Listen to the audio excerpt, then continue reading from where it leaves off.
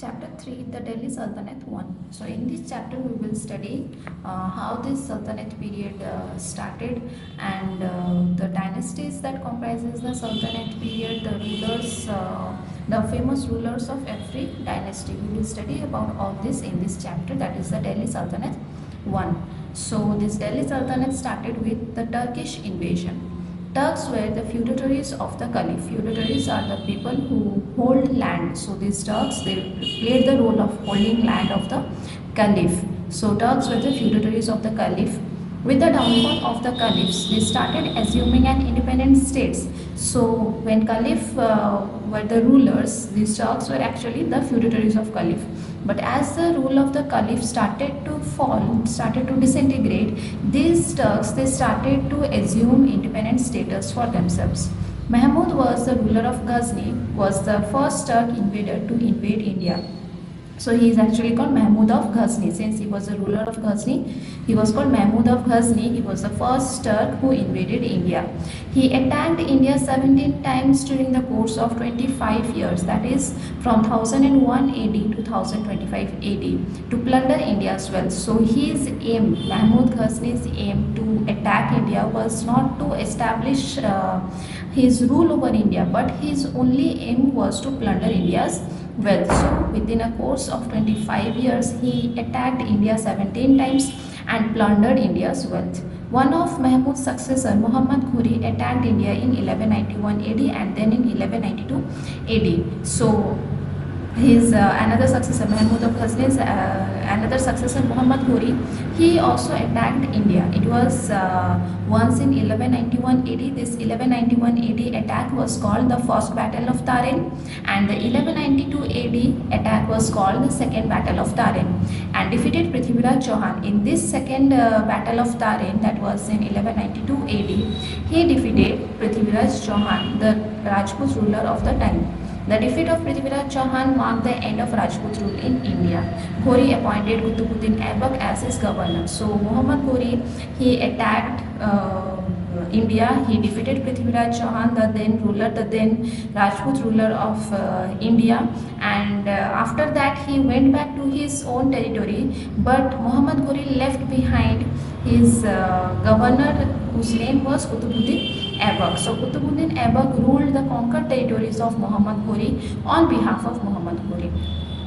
Then the Sultanate period.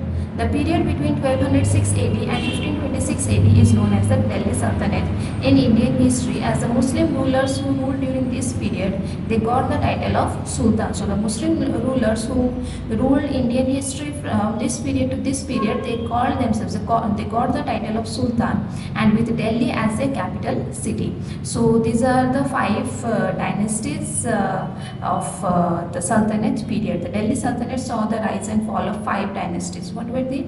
The Slave dynasty, Khilji dynasty, Tughlaq dynasty, Shahid dynasty, Lodhi dynasty. So we will study in details about all these dynasties.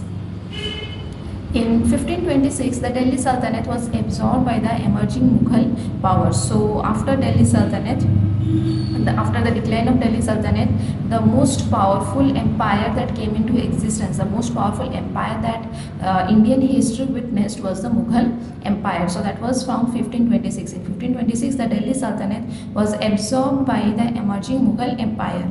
But here in this chapter, we will study those five dynasties of the Delhi Sultanate. So first is the Slave dynasty. That was from 1206 to 1290 AD. The earliest three rulers of this dynasty are called the Mamluks. So the earliest three rulers of Slave dynasty, they were called Mamluks or slaves, because they were either slaves or the sons of the slaves. As Qutbuddin Aibak, the governor of Muhammad Ghori, he was actually the slave of Muhammad Ghori. So this dynasty was actually started by the slaves. So they were either the slaves or the sons of the slaves. So the whole dynasty is called the Slave dynasty in histories. Because this dynasty was started by slaves, the first ruler was Qutbuddin Aibak. The first slave ruler who founded this dynasty was Qutbuddin Aibak. He himself was the slave of Muhammad Ghori. So that is why this dynasty was named Slave dynasty. So Qutbuddin Aibak, the first slave ruler of the Slave dynasty was Qutbuddin Aibak. Following the assassination of Muhammad Khori, assassination means the killing of Muhammad Khori. After Muhammad Khori got killed in 1206 AD, Qutbuddin Aibak assumed the title of Sultan. So Muhammad Khori left behind Qutbuddin Aibak to rule the territories, to rule his conquered territories on his behalf. But after Muhammad Khori's death, he assumed the title of Sultan and was acknowledged as the ruler of the Indian territories by the Muslim chiefs. Born in Turkestan to Turkish parents, little Aibak was sold to a Qazi who educated him and trained him to be a soldier. So Qutbuddin Aibak, when he was a child, he was sold to this Qazi. This Qazi educated and trained Qutbuddin Aibak to become a soldier. Aibak was sold to Muhammad Khori. After that, Qutbuddin Aibak was again sold to Muhammad Khori after Qazi's death. His strength of character, his loyalty to his master, apart from his military skills, earned him the position of commander in Ghori's army. So these were the skills within Qutbuddin Aibak. He had a very strong character. He was very much loyal to his master, as well as he had all those military skills, the military skills that the Qazi taught him and trained him. So because of all these talents, he got a position of commander in Ghori's army. He was left in charge of Ghori's conquests in India after the second battle of Tarin in 1192 AD. So as I told you that 1192, the attack of 1192 AD was called the second battle of Tarin, in which Muhammad Ghori defeated Prithviraj Chauhan. So after that attack, after that defeat, Muhammad Ghori left behind Qutbuddin Aibak to manage his conquered territories. Conquests. Aibak suppressed rebellions in Ajmer, Meerut, and conquered the rich city of Badaun. So Aibak, he suppressed all the rebellions. Rebellions means the protests that were coming against this slave dynasty in Ajmer and Meerut. So he suppressed all those protests, he suppressed all those rebellions, and he also conquered the rich city of Badaun. He also entered into matrimonial alliances with his rivals. Matrimonial alliances means Qutbuddin Aibak used to marry the princesses of any strong empire, so that he need not fight with that empire to conquer that particular empire. He only married the princess, and in return he got huge territories of that particular empire. So that was a matrimonial alliances. So in order, if he saw that the opposite empire is a strong one, the opposite empire is a very strong rival, so he entered into matrimonial alliances with these rivals, and thus strengthened his position, apart from setting the newly created Islamic state in order. Then his character and achievements. He was a tolerant ruler and treated his subjects with justice without discriminating between Hindus and Muslims. He was a very just ruler. He never discriminated his subjects between Hindus and Muslims. He treated everybody equally. He was kind and generous. He was a pious Muslim. Pious means he was a very simple Muslim and built two mosques. He started the construction of the Qutub Minar at Delhi, which was completed by his son-in-law and successor Iltutmish. So the Qutub Minar at Delhi that we see today, it was the construction was actually started by Qutbuddin Aibak, and but later on it was completed by his son-in-law and successor Iltutmish. Many scholars lived in his court as he encouraged learning. He was also a great patron of learning. That is why he invited many scholars to live in his court. In 1210, he met with a sudden end at Lahore as a result of a fall from his horse while playing chaugan or polo. So he died, Qutbuddin Aibak died after falling down from his horse while playing this chaugan or polo. That was in 1210. He was buried at Lahore. After that, the throne was ascended. The throne of slave dynasty was ascended by Iltutmish, whom we already studied that he was the son-in-law as well as successor of Qutbuddin Aibak. So Iltutmish was one of the greatest rulers of the slave dynasty. He belonged to the Albari tribe of Turkestan and was brought to India as a slave by Qutbuddin Aibak. He was the slave of Qutbuddin Aibak and later on his son-in-law and successor. It was due to his intelligence and nobleness of character that he was married to his master's daughter because of these skills within Iltutmish. What were those skills?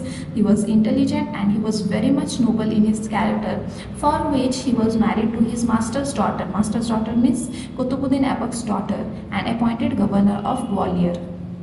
After Aibak's sudden death, Iltutmish ascended the throne in 1211 AD. So we will study the difficulties that Iltutmish faced when he ascended the throne. What were his difficulties? Iltutmish became the ruler, but he was surrounded with difficulties on all fronts. All fronts means from all sides he was facing difficulties. What were those difficulties? Since Iltutmish was a slave, he had no hereditary claims to the throne, and his position was challenged from all sides. So since Iltutmish he was a slave, so he has no hereditary claim. To become a king, he has to have this hereditary claim over the throne. But being a slave, he had no such kind of hereditary claim to the throne, and that is why his position was challenged from all sides. The nobles would not accept the rule of a slave. The nobles, they were completely against the fact that they were being ruled by slaves. So they did not accept the rule of a slave. The other generals of Muhammad Ghori also challenged his authority. Even the rulers of Sindh and Ghazni refused to recognize him as the rightful successor to the throne. The rulers of Sindh and Ghazni, they were also against him to take the throne, against Iltutmish to take the throne. Some of the Muslim governors, like those of Bihar and Bengal, were trying to become independent rulers because of all this chaos going on in the slave dynasty after Iltutmish ascended the throne. This opportunity was taken by the Bihar and Bengal, and they were trying to declare themselves as independent rulers. Lastly, the Hindu princes were trying to take advantage of the prevailing confusion after Aibak's death. So already we saw here what was the confusion after Aibak's death. The confusion and the chaos that was going on in slave dynasty after Qutbuddin Aibak's death. So the Hindu princes were trying to take advantage of this chaos and confusion. So these were the difficulties faced by Iltutmish. His conquests. Iltutmish acted wisely. So despite of all these difficulties, he acted wisely. He suppressed the high nobles, defeated the rulers of Sindh and Ghazni. All these problems he overcame. The rebellions that were being, the protests that were being done by the nobles, he suppressed all those. Here we studied that the rulers of Sindh and Ghazni were also against that. So he defeated the rulers of Sindh and Ghazni and brought Bihar and Bengal under his control. We read here that the Bihar and Bengal, they were trying to declare themselves as independent rulers. That also he brought under his control. So he overcame all his difficulties. Once he got rid of his rivals and had consolidated his position, consolidated means he strengthened his position, he turned his attention towards the Rajput and the Hindu rulers. Over the years, he conquered their territories and extended his Turkish empire. So year after year, he conquered the territories of Rajput and the Hindu rulers, and went on extending his Turkish empire right up to the banks of the Narmada river, that is in the west of India. So he went on conquering territories after territories, and he went on increasing his Turkish empire.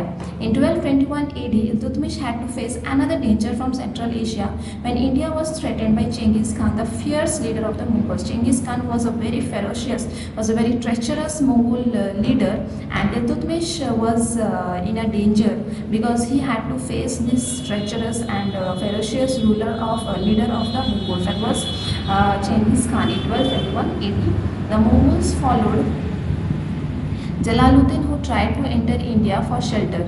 So why these Mongols entered India? Because they were actually following Jalaluddin, and he entered India for shelter. In order to escape, he entered India, and the Mongols entered India after chasing this Jalaluddin.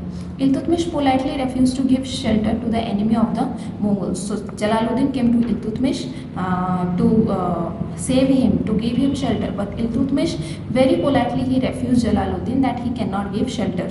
This greatly pleased Genghis Khan, as Jalaluddin had to flee back to Persia. So when Iltutmish refused shelter to Jalaluddin, Genghis Khan was very much pleased. He was very much happy with this decision of Iltutmish, that Jalaluddin had to flee back to Persia. The Mongols also withdrew. So the Mongols did not attack Iltutmish.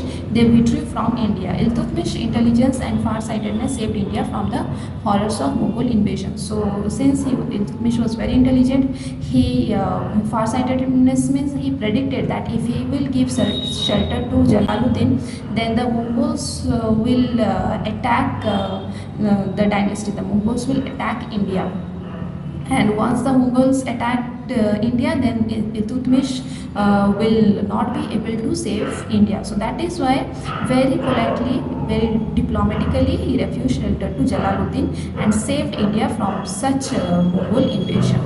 Character and achievements of Iltutmish. Iltutmish had occupied a place among the outstanding rulers of medieval India. So Iltutmish was counted among all other outstanding rulers of medieval India. From the life of a slave, he rose to the status of the Sultan of Delhi by his talent and meritorious services. So his life started as a slave, but he got the status of Sultan of Delhi only because of his talent and his meritorious services. He was a great patron of art and literature. He decorated the city of Delhi with construction of mosques and the famous Qutub Minar. He also invited scholars, Muslim saints, artists and artisans to Delhi to make the city develop both culturally and economically. So he invited such scholars so that Delhi can develop into a center of culture and economy. Iltutmish trained a band of good slaves numbering 40. They were called Chalisa. This group of 40 slaves, they were called Chalisa, and placed them in responsible posts for better and efficient administration.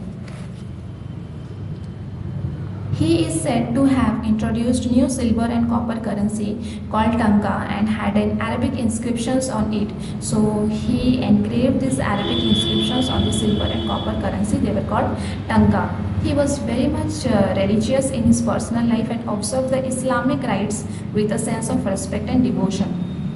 Islamic rites are the Islamic rituals, and he observed those Islamic rituals with great respect and devotion.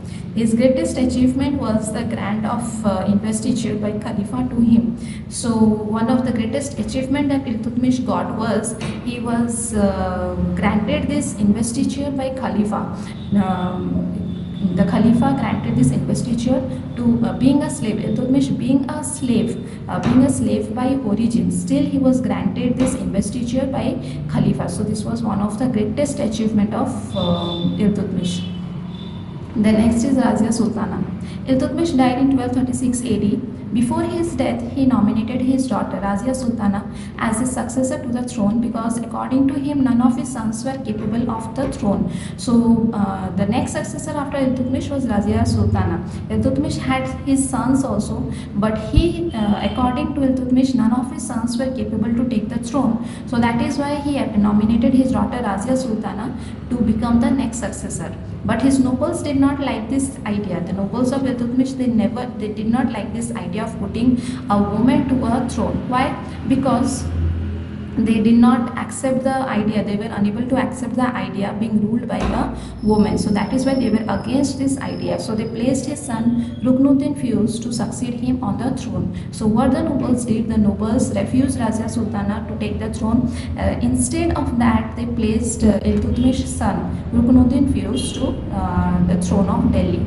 But he proved completely inefficient and unworthy. Ruknuddin Fiyuz, as assumed by his father, he was completely inefficient and unworthy. So the nobles had no option but to accept Razia as their leader. So finally Razia Sultana became the leader. Her task was not easy because there was chaos and disorder in the country, but she set everything in order by her skill and intelligence. She was so skillful, she was so intelligent that she put every chaos and disorder into the place. She was a brave and courageous lady. She always dressed like men, rode horses and held darbars. Darbars means she used to hold this kind of official meetings. In spite of all these qualities, her nobles did not like the idea of being ruled by a woman. As I told you, the nobles were against being ruled by a woman. So that is why they never liked Razia Sultana. Being so, despite of the fact that she was intelligent, she was courageous, she was very skillful, but still the nobles were unable to accept her as the ruler. She was killed in a revolt in 1240 AD. After the death of Razia, a number of less important sultans came to power except Balban, who was a strong and an iron-willed sultan. So after Razia Sultana, many more sultans came to power, but they were very weak. So after that, the next person who became the sultan was Ghiyasuddin Balban. He was a very strong and an iron-willed sultan, very strong, determined sultan. So after Razia Sultana, the next powerful sultan was Ghiyasuddin Balban. So we will study in details. Ghiyasuddin Balban ascended the throne in 1266 AD after the death of Nasiruddin Mahmud. The difficulties that Balban faced when he ascended the throne. What were the difficulties? Balban had to face a number of problems after his accession to the throne. The affairs of the state had fallen into confusion, as well as the prestige of the crown had sunk low, because we already studied here after Razia Sultana, there were many rulers, but they were not competent, they were not intelligent, or they were not so powerful. That is why the entire order of the state fell into chaos and confusion. So when Ghiyasuddin Balban ascended the throne, the state was in a very miserable condition. There was confusion, the prestige of the crown had sunk low due to misrule of weak and incompetent successors of Iltutmish. The nobles, the 40, had become very powerful. We already studied that Iltutmish organized this group of 40 that was called Chalisa. But after the death of Iltutmish, and because of all this chaos and confusion in the state, these nobles, they assumed independent powers and they had become disloyal to the throne. The royal treasury was empty and the army was not well organized. The Mongol invasion was imminent. The Mongol invasion was, there was every time Mongol invasion in the country, the governors of the provinces were raising their heads at regular intervals. Means the governors of the provinces, they were also coming against the Sultan at regular interval. So these were all the problems that were in the state after Ghiyasuddin Balban ascended the throne. But still he strengthened his position by overcoming all these difficulties. We will study here how he strengthened his position. Strengthening the position of the Sultan. Balban took the following steps in this regard. Balban believed in the theory which was similar to that of divine right of kingship. So he glorified the position of Sultan. Already we studied here, because of the incompetent and weak successors, the prestige of the crown, means the prestige of the Sultan, had sunk low. So in order to glorify the position of the Sultan, he followed the policy of blood and iron to suppress his opponents. Means if anybody opposes the position of Sultan, then he will follow the policy of blood and iron. Means he will do war against that particular opponent. All the nobles were asked to attend the court in court dress. Any noble who will come to court, they have to come in court dress. The nobles and others had to kneel and touch the ground with their forehead in salutation to him. And the nobles and whoever may come in front of the Sultan, they had to kneel down and touch their forehead to the ground. That was a kind of salutation to the Sultan. This process was called Sijda.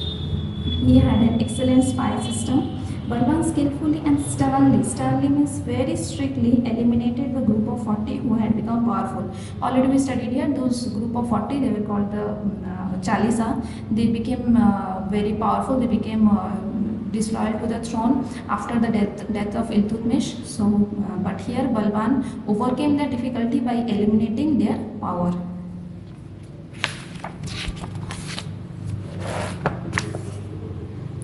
Balban ruthlessly uprooted the menace of thieves and robbers by clearing out their hideouts in the forest. So he cleared the problem that were being created by these thieves and robbers every time by clearing their hideouts in the forests. He himself marched against the governor of Bengal who had revolted against him. Balban died in 1286 AD. His successors were weak and inefficient. So after the death of Balban, again his successors were very weak and inefficient. So a Khilji noble named Jalaluddin Khilji, he was not a slave. He did not belong to the slave dynasty. He was a Khilji noble. His name was Jalaluddin Khilji. Captured the throne after murdering Kaikabad. Thus in 1290 AD, the slave dynasty came to an end. Hence, from 1290 AD, this slave dynasty came to an end, and then started the rule of this Khilji dynasty. So now we will study about another dynasty of the Delhi Sultanate, was the Khilji dynasty. Jalaluddin Khilji, he was the founder of the Khilji dynasty. Since he was a Khilji noble, so he started this Khilji dynasty. He was known as a very generous, trusting and a simple man by nature. He was killed by his nephew in 1296 AD. So Jalaluddin Khilji was killed by his nephew in 1296 AD. He was Alauddin Khilji. After killing his uncle and also the father-in-law, Jalaluddin Khilji was Alauddin Khilji's uncle as well as father-in-law. So after killing him, Alauddin Khilji ascended the throne in 1296. After killing his uncle and father-in-law, Jalaluddin Khilji, the founder of Khilji dynasty. He ruled for about 20 years. Alauddin Khilji ruled for about 20 years. That was from 1296 to 1316 AD. He was a very ambitious monarch and liked to be called the second Alexander.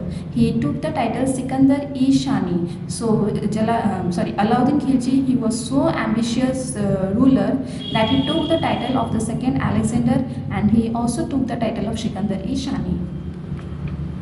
His empire extended from the river Brahmaputra in the east to Arabian Sea in the west, from the Himalayas in the north to Mathura in the south. So from this we come to know that almost entire India was covered by Alauddin Khilji, and entire almost India was brought under the rule of this Khilji dynasty. To check the growing power of the nobles, he reduced their land and wealth to the minimum. So in order to make the nobles less powerful, he reduced their land, and he also made their wealth to minimum. He brought their wealth to minimum. Reduce the land means the nobles, they were given land in order to take revenue from those land for their own expenditure and also to maintain army. So Alauddin Khilji, he reduced that land. If he reduces the land, then automatically the revenue they will get less, and then they will become less powerful. He strengthened his spy system. He took special measures to check corruption. Then expeditions and conquests, that was in North India. What were the territories that were conquered by Alauddin Khilji in North India? First is Gujarat. In 1229 AD, Alauddin sent his great army under his generals to Gujarat against Raja Karan Baghela. Raja Karan Baghela was the then ruler of Gujarat. Without offering a fight, the Raja ran away. So when Raja Karan Baghela saw that Alauddin Khilji had sent an army to fight against him, so without any fight, the Raja ran away. The Muslim army looted the Somnath temple, the ports of Gujarat and others. A Hindu slave was brought for 1000 dinars. So they not only looted they not only plundered the wealth of, they not only looted Somnath temple, ports of Gujarat and some other places.